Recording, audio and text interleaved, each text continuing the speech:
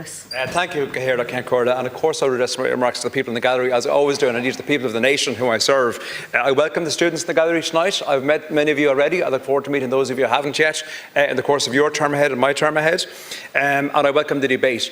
And I want to say I agree with some, not all by any means, and I reject some of the cheap populism I've heard just now, but I do agree with some of the points that have been made about the priority of education and the fundamental building block that it is for progress as a nation, as a society and as an economy. I welcome the motion this evening as a timely opportunity to discuss all of that and the central role of higher and further education in our society and in our economy. And education is the very bedrock of why I got into politics, why I joined Fianna Fáil, and in fact why I wrote education as a key pillar into our policy platform when we rewrote our party's constitution a few short years ago. Because I firmly believe in access and excellence in education as a driver of positive change for our country. And for me, Fianna Fáil is the party of education.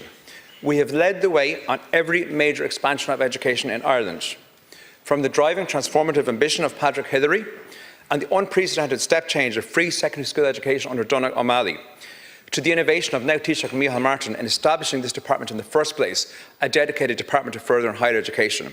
We have relentlessly and consistently pushed out the frontier. And I'm proud to be in a privileged position of serving in office to push out upon that work and build on that heritage with our colleagues in government, in Fine Gael and in the independents. And the story of our country over the past several decades is a remarkable tale of economic transformation and social mobility. It is a history that is inextricably bound up with the expansion of our education system. We went from being a primitive agrarian economy to an advanced industrial knowledge economy in the space of a few decades. And we did that through sustained investment in education and innovation, and we will continue to do that on my watch and through this government. That virtuous cycle of education and economic growth creates the resources that we need to invest in our social systems and infrastructure, improving the quality of life and opportunity for all citizens. That investment, that enhancement creates the resources that support the public good and everything else that we do. But this narrative of the failed state that we sometimes hear from the opposition sees education as just another ball to be kicked around, another football. It fails to see its real role in our society and our economy. And at its heart, my department is a services ministry, but it's also so much more. It's an economic ministry. It's an enabler of everything that we want to do. And if we look at the challenges we are facing, from global trade uncertainty, digital disruption, AI, the green transition, climate change, they all demand that we lead with talent, science and skills, which my department supports and nurtures, because it's here, it's latent in our people. The talent is our greatest national asset, and my job is to nurture that and enable that to flourish. The government is built around that core philosophy and that forward-looking thinking, and it is grounded in a belief that education is transformative in two key ways. Firstly, as a ladder of opportunity for individuals and their families. And secondly, is the engine of innovation that drives our economy forward. And our commitments on higher education and student supports in the programme for government and elsewhere reflect the best of those values. And that is why I am committed to ensuring our research and education systems are properly resourced so they can continue to build the knowledge and capabilities that underpin that success and that prosperity.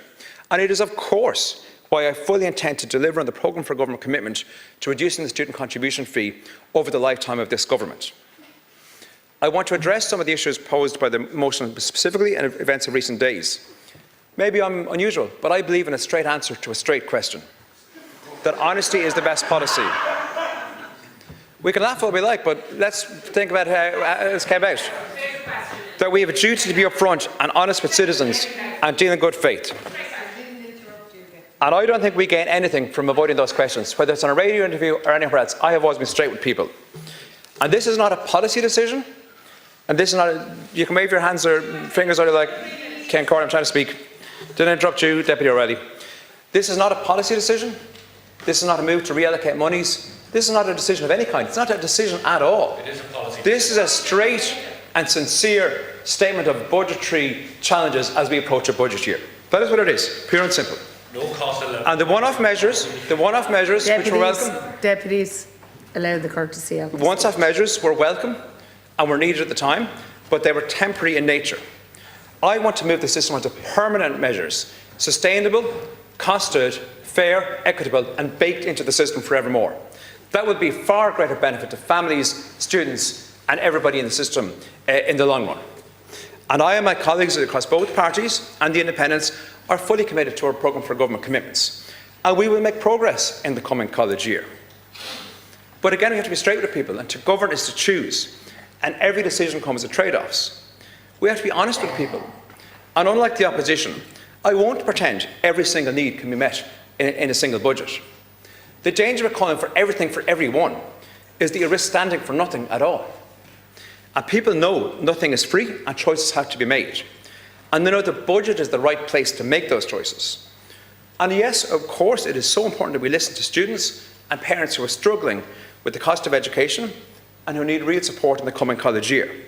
And I've been hearing those voices ever since my appointment in the last number of weeks and months, and ever since the day I took office. I've met with the student unions, I've met with the USI, I've met with other student unions. I look forward to meeting more of them in the weeks and months ahead.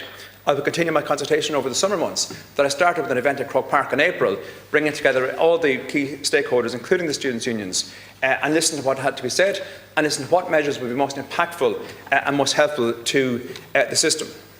But it means putting in place policies that are sustainable and having an enduring impact, not flying on the fly promises. We need to help students and parents with costs, and we need to do that in a cost-sustainable sustainable way. And it's why our major financial decisions are made through the annual budget process, where choices are weighed up and made in the best interest of our state. And that's exactly how any approach to student fees has been done over the past several years. Decisions are made in the annual budget and benefit students for the coming academic year. And Sinn Féin know that, because at the exact same point 2 years ago, you brought the same motion. In 2023, at this point in the summer, in the calendar, you brought the same motion again, calling for it, and saying there was uncertainty. And at the time, Minister Harris replied to you and said, as I'm going to say to you now, this will be dealt with in the budget cycle. That is the way it's always done. And the point scoring and politics in this motion, I think, are disappointing, because these kind of on-the-fly measures, universal, uncosted, unfunded, something for everybody, there's one for everyone in the audience, it all adds up eventually, and it's at someone else's expense. And we need to be clear about where we are going with this, and we need to look through the budget to advance that. 2 minutes. Deputy, please. Nobody has got any clarity. Deputy, please. You will have your speaking time. I was just excited. I understand. Yeah. Well, now just revert to being allow the minister to finish. Yeah, so